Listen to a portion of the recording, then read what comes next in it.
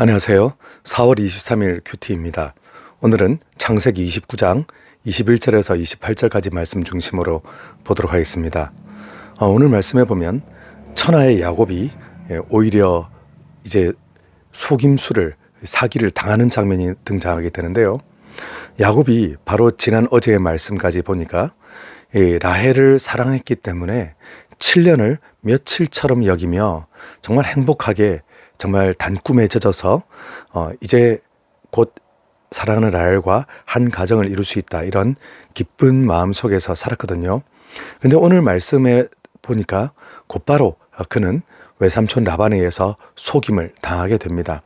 그것도 다름 아닌 신부가 바뀌어지는 상상을 초월하는 일이었죠. 어떻게 바뀌게 됐을까 우리는 추측밖에 할 수가 없는데요.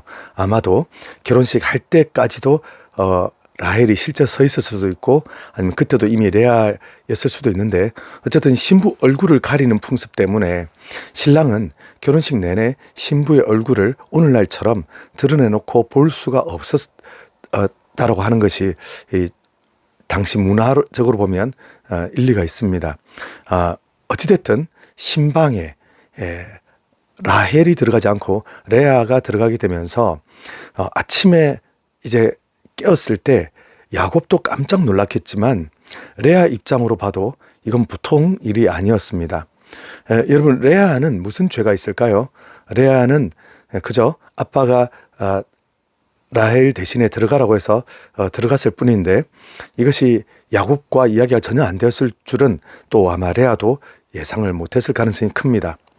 아침에 깨었을 때 야곱도 놀랐겠지만 레아도 깜짝 놀랐을 것이고, 사실 우리가 너무 라헬 중심으로만 모든 것을 이해를 하기 때문에 레아가 그냥 찬밥 신세가 될 경우가 많은데, 레아도 라헬처럼 예쁘고 그렇지 않아서 그렇지 레아도 얼마나 소중한 사람입니까?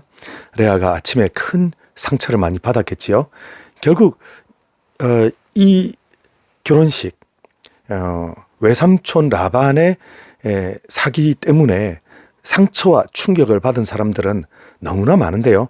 야곱이 일단 충격을 받았죠. 레아도 너무 큰 상처를 받았죠. 과연 두 사람만 그랬을까요? 이제 곧 결혼할 거라고 계속 기다려왔던 라헬은 또 어떻겠습니까? 정말 상상할 수 없는 일이 일어났지요. 라반은 얼마나 무슨 욕심이 그리 많았기에 이렇게 결혼식, 우리 인생에서 그토록 중요한 결혼식을 두고 이런 말도 안 되는 사기를 쳤을까요? 그래서 이것은 참 너무 안타깝지만 그동안 남을 속이기를 이렇게 너무 많이 해왔던 야곱의 인생에서는 참 어쩌면 야곱이기 때문에 또 남을 속여왔던 그 열매들로 또 다른 사람을 또 속는 거라고도 할 수 있습니다. 야곱의 인생에서 정말 가장 크게 이제 속임을 당하는 것은 이것 말고 뒤에 또 나올 텐데, 제가 보기에는 요셉, 사랑하는 요셉이 죽었다라는 소식을 바로 다름 아닌 자기의 아들들로부터 들었을 때가 아닌가 싶습니다. 아마 고통이 정말 컸을 텐데요. 이 라반은 야곱을 계속하여 오랫동안 붙들어 두기 위하여, 또 야곱의 노동력을 더 착취하기 위하여 결국 그는 이 아름다운 결혼식을 이처럼 가족 간에 큰 상처와 분쟁이 나게 되는, 그러니까 죄악은 한 사람만 망가뜨리지 않고 관련되어 있는 모든 사람들에게 다 크나큰 상처를 주고 관계들을 다 어지럽게 만들게 되는데요. 우리가 레아의 입장에서 우리 조금만 생각을 해보자면, 레아는 너무너무 지금 상처와 소외감과, 그리고 나는 대체 무엇인가라고 하는, 아버지에게 나는 무엇이며 또 야곱에게 나는 무엇인가라고 하는 이런 많은 아마 거절감 때문에 큰 고통을 받게 될 것입니다. 그런데 감사하게도 오늘 하나님께서는 그 레아를 보셨다라는 명확한 말씀으로 레아의 사정을 긍휼히, 그리고 딱히 하나님께서 여기셨음을 우리는 알게 됩니다. 우리 인간의 힘으로는 정말 어찌할 수 없는 고통들, 인간의 방법으로는 어떻게 해결해 나갈 수 없는 이 상처와 난관들 앞에서 하나님께서 우리를 보시고 하나님께서 우리를 살피시는 이 장면이야말로 정말 우리에게 가장 큰 위로가 될 것입니다. 레아는 동생과 비교당하면서 밀렸고, 또 선택받는 데서도 밀렸고, 또 뭐 여러 가지 면에 있어서 레아는 찬밥 신세였으나 하나님께서 그를 보십니다. 그리고 하나님께서 레아에게 주시는 큰 복들이 무엇입니까? 바로 그에게서 아이들이 계속해서 태어나게 되는 것이죠. 실제로 레아에게서는 나중에 보면 총 10명의 아들이 태어나게 되고, 라헬에게서는 딱 2명만 태어나게 되지요. 그것도 라헬은 둘째 아기를 낳다가 죽기 때문에 실제로 라헬이 야곱의 사랑은 더 많이 받았을지라도 너무 빨리 죽기 때문에 그녀의 인생이 참 가련하다 또 볼 수 있습니다.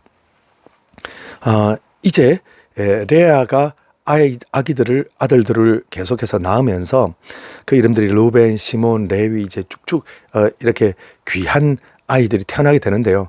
비록 이 아이들이 나중에 요셉을 팔고 또 요셉을 미워하고 하기 때문에 이 아이들이 처음부터 우리가 보기에는 좀 예쁘게 보이지 않을 수 있습니다. 그러나 하나님 시각으로 보았을 때 정말 이 아이들의 한 명 한 명 인생은, 영혼은 모두 소중하며 특히나 이 가정에 큰 축복들인 거죠. 그리고 놀랍게도 12지파가 바로 여기서 나오지 않습니까? 모두 다 한 지파의 수장으로서 모두 듬직한 아들들이었지요. 하나님께서는 레아의 괴로움을 보셨고, 하나님께서는 이제 남편이 이제 레아를 사랑할 줄로 이렇게 생각을 하고 아들들 이름도 하나하나 그렇게 짓게 됩니다. 정말 감사하고 또 놀라운 것은 레아가 이처럼 남편의 사랑을 이제 얻게 되었다라는 그런 의미들로 이름을 짓다가 네 번째 유다부터는, 유다라는 이름은 찬송이라는 뜻이거든요. 그래서 이제 제가 하나님을 찬양합니다, 하나님을 높입니다 라는 이름으로 실제로 그녀는 예수 그리스도께서 이 유다 지파에서 나오시지 않습니까? 다윗도 마찬가지고요. 결국 레아가 하나님 아버지께 더 나아가는 계기가 되게 됩니다. 이 아기들을 낳고 기르고 하는 모든 과정들이 결국 이 비록 여러 가지 이 가정의 고통과 아픔의 관계들로 처음 시작은 되었을지라도 점점 하나님의 복주심, 하나님께서 함께 하심으로 이 가정에 놀라운 은혜를 임하게 되지요. 사람의 눈으로 보자면 도무지 이게 뭔가 이랬어야만 하는가, 또 누가 뭘 잘못했구나 이렇게 볼 수 있겠지만, 하나님 입장으로 보면 하나도 버릴 것이 없이 이 모든 것들을 통하여 하나님께서 선을 이루시게 됩니다.